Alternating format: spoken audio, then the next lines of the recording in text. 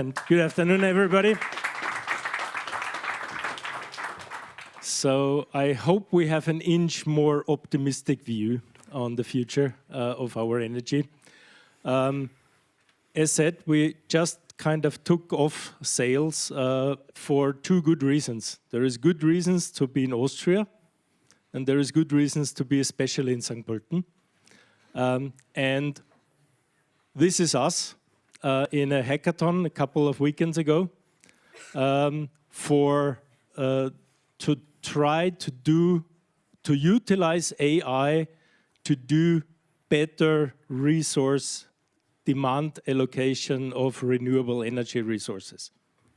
So predicting the use and optimizing the usage of the energy resources. And this is similar to the food production. We are trying to keep as close demand and supply together.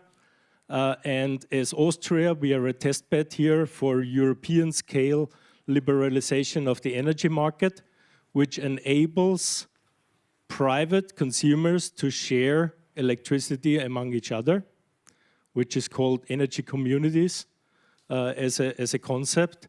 After 3 years, 8,000 of them are in operations. So this is a grassroots movement you talked about. And what we are doing here is that we are trying to predict both sides of this equation. We are using AI to predict the production, which is very simple to think about the solar production, but we will hear about a couple of other examples. But more difficult is to predict the demand, trying to find the patterns in the usage of our energy, and bringing these two things together is, of course, dealing with how to optimize, how to switch on elastic demands for the time of renewable energy being available. This is the most kind of reused slide in this whole equation.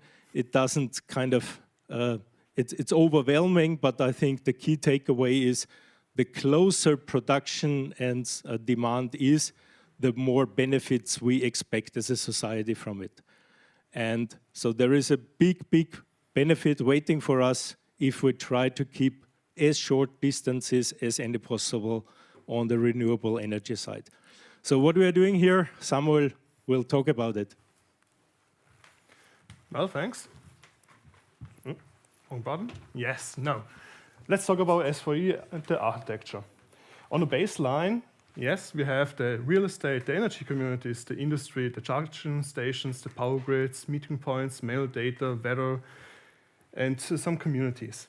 So we set it up. We take that data through an API and we store it in a data lake. In the data lake, we have an airflow system where the airflow system takes the data, transforms it with an ETL transformation, and loads it to the timescale database, where the data is stored for later usage for the real estate companies, for the energy communities, industry partners, and the administrations. On the front-end side, of course, who knows it, we are using Next.js for the normal member of the energy communities, and for the heavy-duty users, we, of course, use Grafana for some standard dashboards, and also if they want to establish some other dashboards. Talk about dashboards and data. We have our energy monitoring. Here I got two examples from it. The left one is the energy volumes, the right one is the energy profile. On the left one, there's from last year the data from our energy community. The blue charts are the external sources which got into the energy communities, and the green charts are the energy which was produced by the energy community. And the energy community wants not to get the external energy high, and wants to get the in-house produced energy as high as possible. On the downside, you see the orange bars, they are the overproduction. Overproduction means the energy community couldn't use that energy. It was overproduced.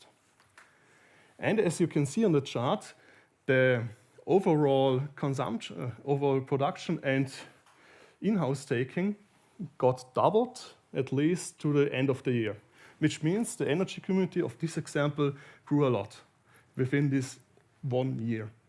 On the right side, we have the energy profile, which is actually the last currently average over the last 14 days.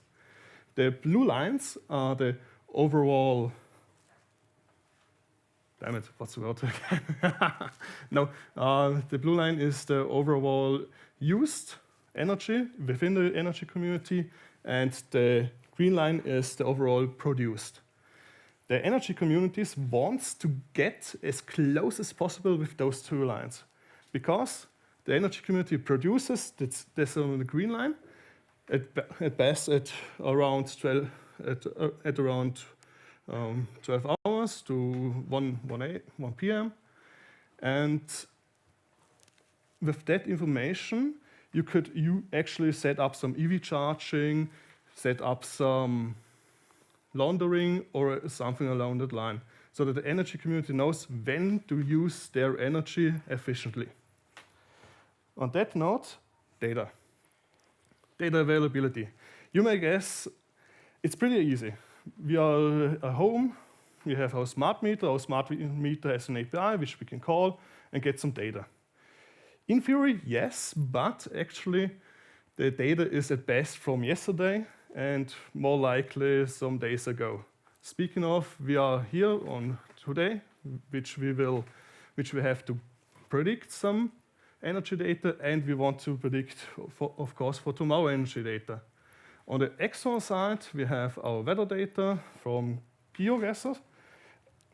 From, what was it again? Geosphere, thanks. And of course, from Geosphere, the weather forecast for today and for the next day. So now some fun facts about our data. Christian said already we have a lot of solar energy. Let's see some correlations. Down there on the left part, we have the correlation between the energy provision to the global global radiation. Thanks. I had it in my notes, but I can't see my notes. That's a bummer for me. Anyways, as you can see, the left chart is close to 0, which means a high correlation between those two. Which means, yes, global radiation means a lot for the prediction, because it's pretty near to each other. Also, the temperature is pretty near, but not as near as the global radiation. On the right side, the gray charts, we have two in an energy. Gottes Willen. Sorry, I'm a little nervous. Thanks. I mean the energy communities from Göttweiblich and from Ratzersdorf. You can see on Saturday, Sunday, the energy community of Göttweiblich doesn't have that high of energy consumption as the community of Ratzersdorf, which means the Ratzersdorf community has a lot of more normal homes as instead of the Göttweiblich with a lot of commercial real estates. Now let's talk about a little bit of energy surplus prediction, which means attempt to predict the energy balance of an energy community. We used some models, the classic one, linear regression, of course, XGBoost, LSTM, or SARIMA. For our use case, because it talked about the high fluctuation of our members in each energy community, we decided to pick the XGBoost because it's nearly performed as well as the LSTM, and the LSTM needs a lot of more training computation. Therefore, we said for our use cases, XGBoost is the one to go for us. For this validation, we used only one time period, which means energy surplus prediction best results so far. The forecast for our energy injunction is actually of an MAA of 11.16, which is quite good overall. And the training set was about a half a year ago, 4,380 hours. We did a lot of feature research, feature selection, and we came up for the energy intake. The global radiation is the highest indicator. Then there comes temperature, the hour of the day, and the total production last 24 hours, the number of producers, and the production lag feature last 24 hours, which means it was the data from 24 hours ago, the production of it. On the right side, we have the energy which comes from outside, which the energy community buys in. There we have a prediction of MAA of 8.44, which is also quite good. And also, again, the training data set was just as like the other one, half a year ago. There, the feature selection was the global radiation, the most with current and 1 hour ago, the temperature from current, the 24-hour average, and the 72-hour average. On the third place, the hour of the day of the week, and of course, because we are looking at consumers, the number of consumers instead of producers. And our last use case is a little fun one because it's the simulation of curtailment losses. Let's picture a following scenario. You are the owner of a company, the CEO, and you're all for green energy. And you say, okay, I have a flat roof and I want to get some solar panels. The accounting says, yeah, well, it will be fine after 8 years because we get 8 cents per kilowatt hour per day. Quite funny. So now we look at the chart. The blue line is actually what the solar panel provides. And as you can see, it goes up to 9 a.m. and suddenly it goes down. It throttles. We don't supply any power to the local power grid. And at around 5 p.m., we again get it up. Why is that, you may ask?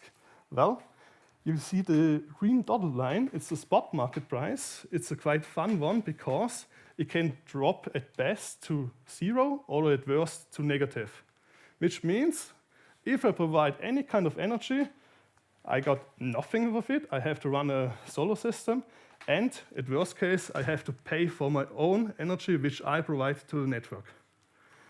So in German, we could call it realer Irrsinn. So, and the red dotted lines are from us, the actual predicted what could have the solar panels produced.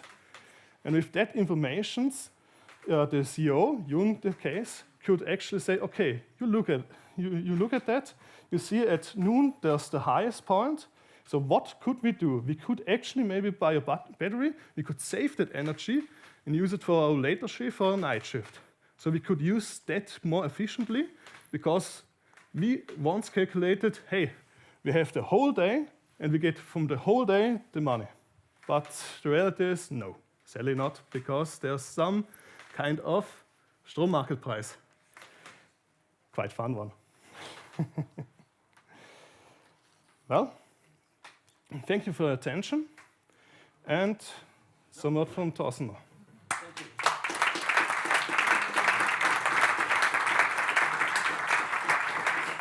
Thank you very much.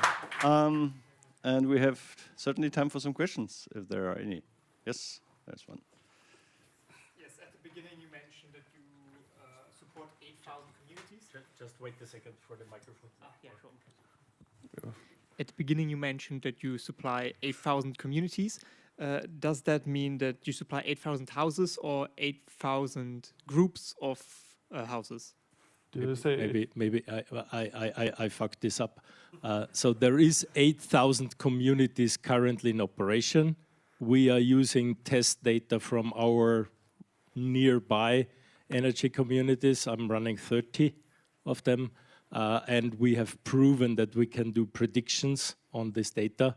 But of course, the business idea is how about if we would give that prediction possibility to all that 8,000 and the other ones who will come in the future. Okay, great. Thanks for the clarification. One last thing, you mentioned batteries.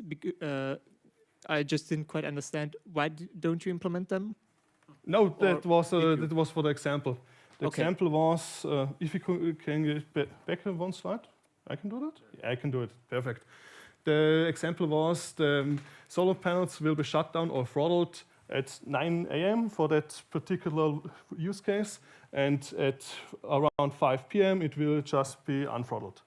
So that's pretty much a downtime.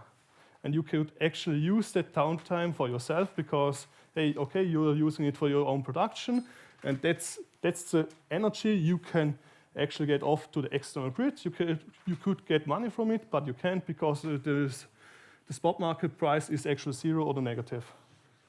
So the point is there is a business case.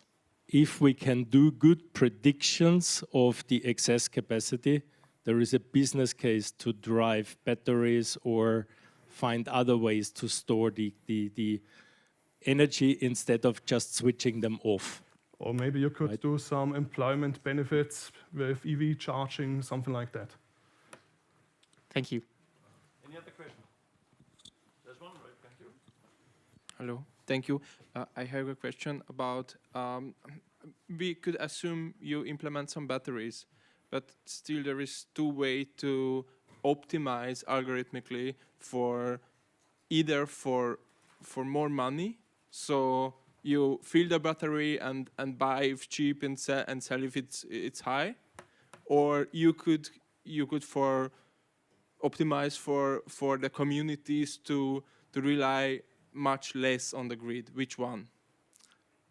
There is a brutal intrinsic motivation on self-control within a community, right? So there is the autarky of the community is the highest target. I want to have as much as possible energy used that is generated within the community.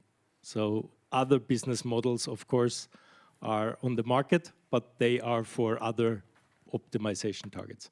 Thank you. Any other question? No, there's one right here. Let's make this the last question before the drink. I'm so sorry. Just Does our current we can take further discussions later on. Don't worry. does our current power grid actually support this kind of community idea that energy rather flows within communities? Isn't it built that energy flows through the full system? Well, let's not talk about the physics of electricity flows in the grid, but I would give you a counter question. Our energy demand as a society, how much percentage of that is currently done by electricity? So how much energy do we use, and how much of that is electricity based? Give it a wild guess. Here in this city of St. Pölten or Austria as a country? 1/3? Other guesses? Over 90%. 90? Over 90. Over 90. Well, he has read the study because it is 30. So we have 2/3 to go. So we need to find a way how to handle the grid situation.